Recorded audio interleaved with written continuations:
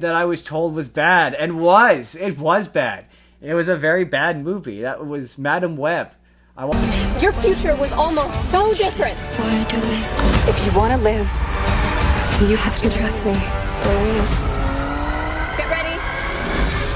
Watch Madam Web, Jordan. It's based on a comic book character. Why would you do that? Technically. Why would you do that? It's technically based on a comic book character, and I needed to get through all my other stuff, Jordan, so I could spend a very long time talking to you about Madam Web. Because Jordan, how did Madam Web hurt you, Justin?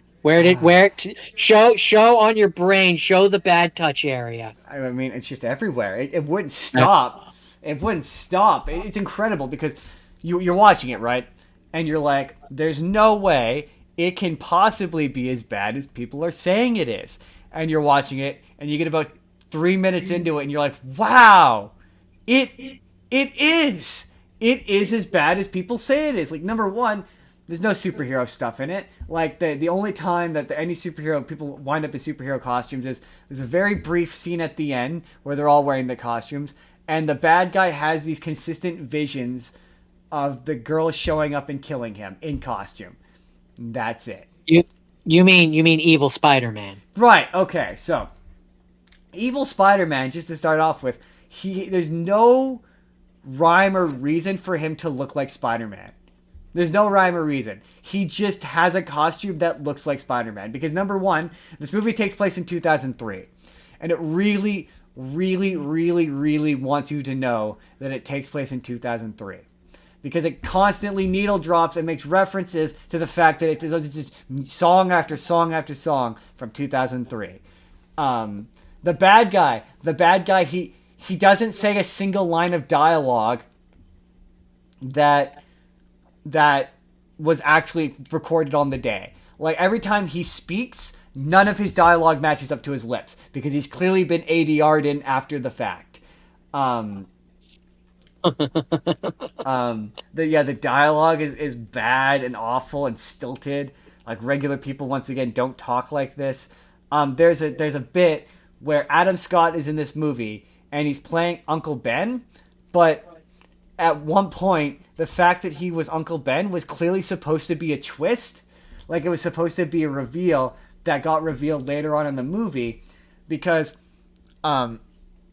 early like, they keep, like, basically a plot point of this movie is she goes to Peter Parker's baby shower.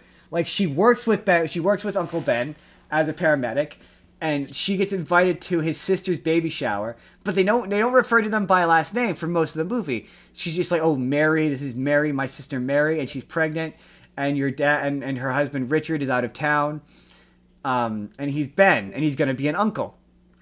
And clearly at one point, it was going to be like, oh, who is this guy named Ben? Like, it was going to be this twist, it was going to be this gag, this joke, which is kind of clever, right? Where it was going to get at the end that she was going to, the baby was, because a part of the climax is they're protecting the baby from the evil Spider-Man, who wants to kill the girls because they're going to kill him in the future. And that's it. He just, and they can't, sometimes police can't see him. Like, there's a point where he's crawling through the subway chasing after them, and then the cops are like, oh, Madam Webb is the one who's kidnapped these girls. But they're like, but didn't they see the spider guy? No. But anyway, so there's this whole running thing of, like, they're like, oh, there's Ben. He's Ben. But clearly in one of the passes, people weren't getting the fact that he was Uncle Ben, because they've ADR'd in a line early on where she just straight up calls him Ben Parker. So in case you couldn't figure out that it was Uncle Ben and it was this kind of fun, clever reference, they just straight up call him Ben Parker, completely ruining what is otherwise kind of a clever joke. It was like, oh, that's kind of clever.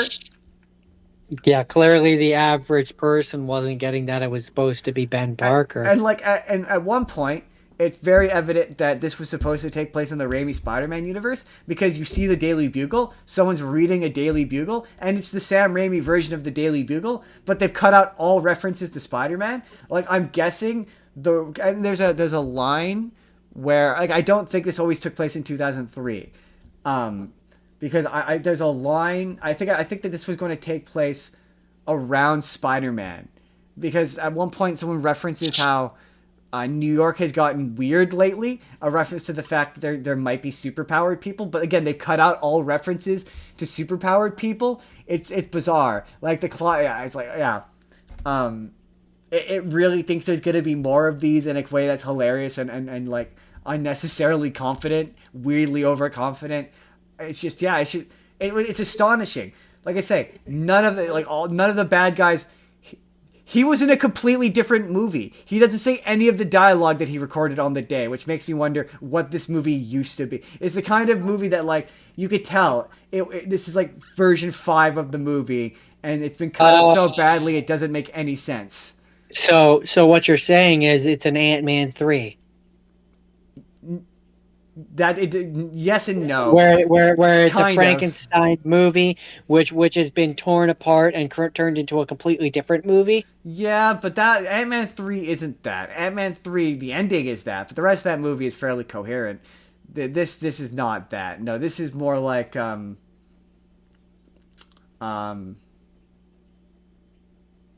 gonna think of something later, but no, it's not quite like Ant-Man. But yes at the same time. Yes, but no.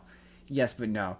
And yeah, It's a more extreme version. yeah, like it's just I had more specific criticisms. Um, It's but hard when you're put on the spot. no, but it was horrid. Yeah, I was shocked by how bad this movie was. It's not the worst movie I've ever seen. It's not. That's hyperbolic. That's still probably A Birth of a Nation. That's still probably the worst movie I've ever seen. But it's definitely yeah. I see what people mean. It's incredible. Like I just what I don't get is like why they keep doing this. It's like that. It's like that thing for Breaking Bad, where it's Jesse being like they can't keep getting away with it. But it's like Can't keep getting away with it. yeah, I was blown away by how like the spider people all look like Spider-Man. Again, for no reason, because I'm guessing at one point he was in this movie, or there was a reference to him in this movie, or like Spider-Man, you can feel his. It's like the Venom movies where you can feel his presence, but he's clearly been like scooped out of it. Yeah, which makes no sense It's just to like, me. why did you put these references in the first place if you were just gonna? Yeah, these movies are bad. I'm so interested to see what happens with Craven, because Craven is also gonna be bad, but at least that one will be violent, so it'll be entertaining to watch. But that's it. That was the comic book movies. I watched 2 bad ones. They were bad. They weren't good movies.